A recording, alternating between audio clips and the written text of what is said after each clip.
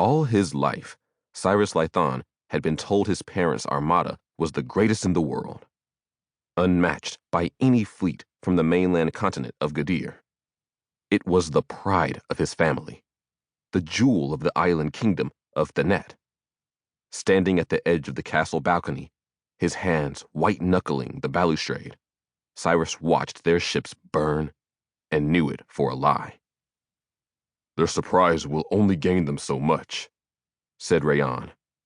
The older man and dearest family friend stood beside Cyrus as the fires spread across the docks.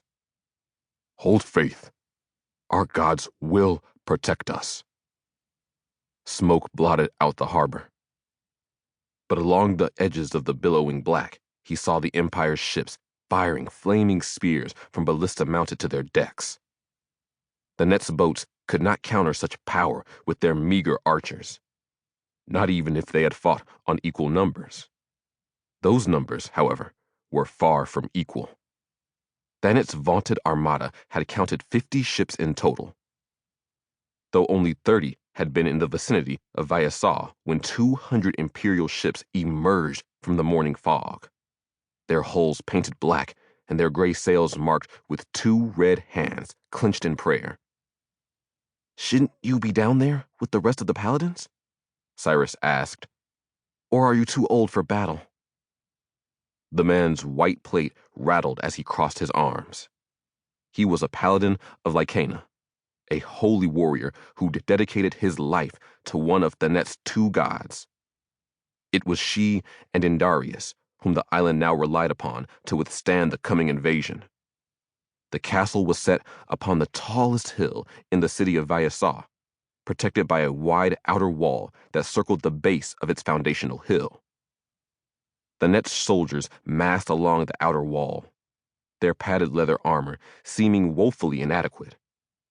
Paladins of the 2 gods gathered in the courtyard between the outer wall and the castle itself. Despite there being less than 60, the sight of them gave Cyrus hope. The finely polished weapons of those men and women shone brightly, and the morning light reflected off their armor. Be it the gilded chain of Indarius's paladins, or the white plate of Lycaena's. As for the god and goddess, they both waited inside the castle. "You are brave to call me old when you yourself are not yet a man," Rayan said. His skin was as dark as his hair was white, and when he smiled, it stretched his smartly trimmed beard. That smile was both heartfelt and fleeting. "His Highness ordered me to protect you." Cyrus tried to remain optimistic. He tried to hold faith in the divine beings pledged to protect Thanet. A seemingly endless tide of soldiers disembarking from the ships and marching the main thoroughfare toward the outer castle walls broke that faith. "Tell me, Rayan, if the walls fall and our gods die, how will you protect me?" Rayan looked to the distant congregation of his fellow paladins of Lycaena at the outer gate, and his thoughts clearly echoed Cyrus's. "Poorly," he said. "Stay here and pray for us all. We will need every bit of help this cruel world can muster." The paladin exited the balcony. The heavy thud of the shutting door quickened Cyrus's pulse, and he swallowed down his lingering fear. A cowardly part of him shouted to find somewhere in the castle to bury his head and hide. Stubborn pride kept his feet firmly in place. He was the 14-year-old prince of Thanet, and he would bear witness to the fate of his kingdom. The assault began with the arrival of the ladders. Dozens of thick planks of wood with metal hooks bolted onto their tops so they could lock tightly onto the walls.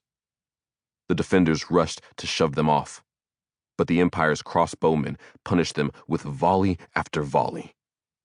Swords clashed, and though the Empire's losses were heavy, nothing slowed the ascent of the invaders. What started as a few scattered soldiers fighting atop the walls became a mile-long battlefield. It did not take long before the gray tunics overwhelmed the blue tabards of Vayasaw,